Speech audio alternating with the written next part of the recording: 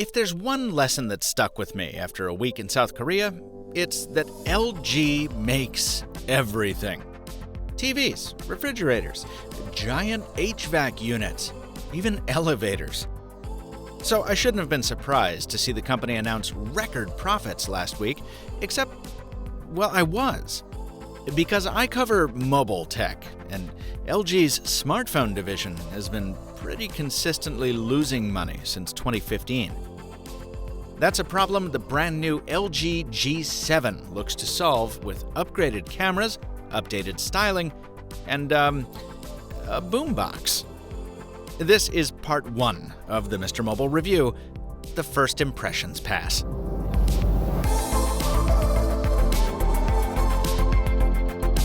The reason this is only half a review is that I only spent 3 days with the LG G7, and its software was updated every night, so I couldn't test things like battery life. Also, LG said several times that the camera was still being worked on as well, so let's call this an initial review. Stay tuned for the final verdict coming in a later video after a longer soak. LG phones have a habit of staying in my pocket well after my reviews end, and there's one reason for that. They're the only ones at the high end that devote a lens to wide-angle shots. That means if you're in a tight space, like say a mud hut in the Jeju folk village, you don't have to settle for a photo like this. You just switch over to the wide angle, and you can squeeze in a lot more without moving an inch. Or if you're on a boat on the Yellow Sea and you can't get far enough from the rail to frame a shot better than this, the wide angle's got you there too. See, for my money, this is LG's most compelling feature. On the G7, for the first time, the sensor behind the wide-angle lens is the same as the sensor behind the main camera. In previous models, the wide-angle camera has had to make do with an inferior sensor. Now, there are compromises to be sure. They're not the same aperture, there's no optical stabilization on the wide camera, and it's slightly less wide this year. It's down to 107 degrees from 125. But I don't have to wait for final software to say that it's still the best ultra-wide shooter you'll get on a phone, at least without slapping on a big third-party lens. Now, rather than leaning into that concrete differentiator, this thing that no one else is doing, really, LG is more enthused about buzzwords. Specifically, AI. It does the same thing as on the updated V30 we saw in Barcelona. It adjusts color and saturation based on what it thinks you're pointing at. And there's now also a portrait mode to do that fake depth of field thing. Back on the bright side, one of the biggest failings of the last 2 LG phones has been the mediocre selfie camera, and that's been corrected with the G7. The new 8-megapixel sensor is capable of much crisper photos with a lot more texture, and it too uses a wide-angle lens to fit more in the frame. I'll share more camera samples, stills, and video in part 2. For now, let's move on to audio. The G7 still offers a headphone jack and a high-quality DAC to back it up, both rarities these days. For external audio, LG has a new feature, aptly named Boombox Mode.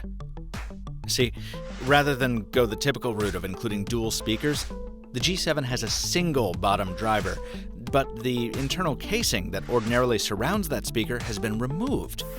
That lets the entire inner volume of the phone serve as a resonance chamber, which makes it louder, especially when you rest it on a hard surface. These things here are not accessories offered for sale, they're just empty wooden boxes that LG used to show how much louder the G7 can get than, say, the G6, or the Galaxy S9, or the iPhone. We even listen to the phone bumping tunes on a guitar. Obviously, these are just demos, but even if all you've got is a table, the G7 will still fill a room better than any other phone, with the possible exception of the Razr phone. A few more deets from my first few days. LG went with an LCD panel on the G7, but it gave it a special brightness boost that kicks it up to about 1,000 nits on demand. Yes, that's a notch you're seeing up top. It's hardly the last one we'll see this year. If it bugs you, you can flick a switch in the software to hide it away. The fingerprint sensor around back no longer doubles as the power standby button, which has been moved to the side. Flanking it on the opposite rail is a dedicated Google Assistant button. No, you can't reprogram it. The whole shebang is dust and water resistant, and thanks to a Gorilla Glass 5 backplate, there's also wireless charging on board.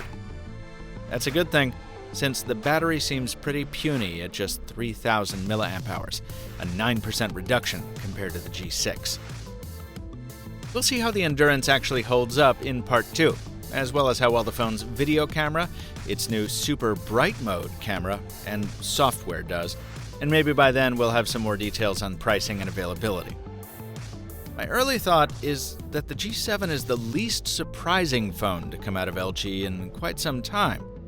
That's cool for somebody like me, who's mainly in it for the wide-angle camera, but for a company that hasn't exactly been lighting the world on fire by sticking to the playbook, at least in mobile, that doesn't fill me with hope.